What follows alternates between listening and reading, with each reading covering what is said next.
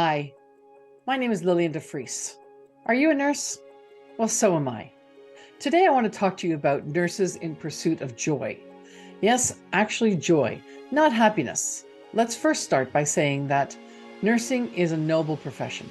It demands a lot from all its individuals, the healthcare teams, and nurses in particular. Complexity of care has changed. It used to be that somebody would come in for surgery and a week later they would go home. Now people come in for surgery in the morning and they leave in the afternoon.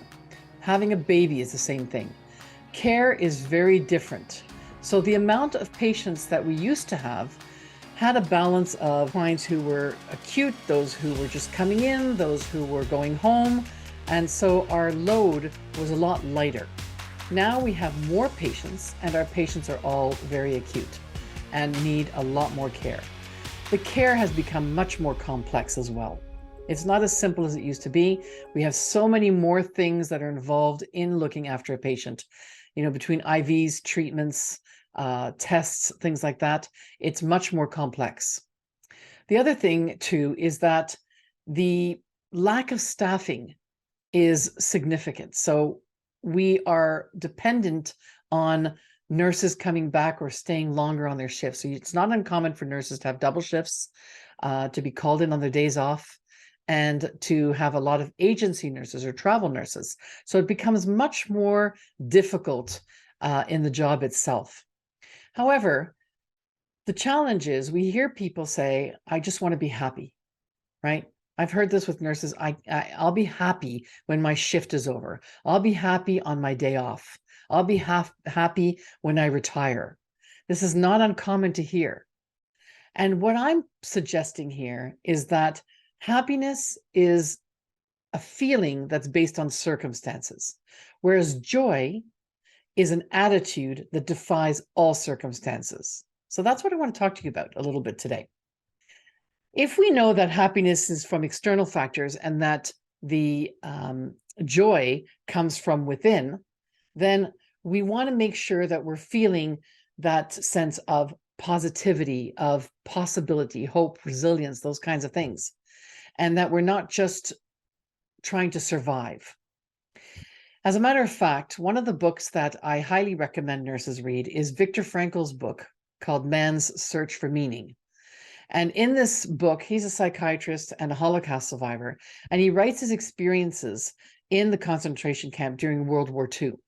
Well, despite, of course, unimaginable suffering and loss, and it's strange that I'm comparing our nursing days today to somebody surviving the Holocaust and concentration camps, but it's similar in the sense that he discovered that the key to survival and meaning was to find purpose and joy in the present moment. And so that's really what it is with joy. It's the present. It's not happy when, it's the joy right now. What are we choosing? What's the attitude we have in the present moment? And he found that these people in concentration camps could find meaning in their lives by focusing on their values, relationships, and inner strengths. Research was recently done in the Journal of Advanced Nursing, where they show that cultivating an attitude of joy can improve nurses' well-being, job satisfaction, and patient care. Other studies that I've done with positive intelligence, there's a book and research that was heavily done with Shirzad Sharmin, who's the founder of Positive Intelligence, PQ as we call it. And he realized that there are specific neural pathways in the brain that support positive intelligence. So they found that by strengthening certain areas of your brain through mental fitness exercises, or they call them PQ exercises, that you could actually find more joy and gratitude in your life. And this stems from a place of understanding your saboteurs, that negative chatter in your brain on the left side of your brain, and the sage mind, which is your healthiest state, where you have more empathy, where you're clearly focused, where you've got more laser focused, you're curious and those kinds of things. So they did this study, and through the mental fitness exercises, they were able to find that the MRI results showed that if you did these exercises a minimum of 15 minutes per day, broken up in 3 or more times, over 6 to 8 weeks, the MRI showed that the gray matter in your left brain, where our sabotaging thoughts are, our critics, our chattering monkeys live, that gray matter decreased. And the gray matter in the sage mind, the right brain, where our creativity is, that increased. So it was fascinating to see this, and to sustain it just meant that you needed to just do these mental fitness exercises, which are simply an exercise that is sensory. So it could be some breathing exercises where you're very focused on the taking in of a breath and the exhaling of a breath. It could be tactile exercises. It could be listening exercises, taste exercises. And I show all of this in one of my webinars that I run. So if you want to know more, you can certainly sign up for the free webinar. I highly suggest that, and it teaches you a lot about how the brain works and how we as nurses can find joy in our work, even under the circumstances that we are under. So, how to cultivate this joyful mindset?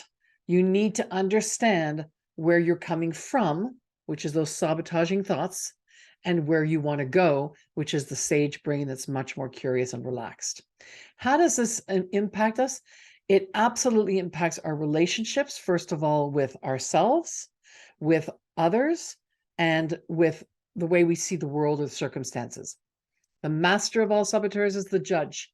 This is the one that says, oh, what's the matter with you, Liliane? Why can't you do this right? What's wrong with you? Why are you always tired? Why are you always snapping at your family?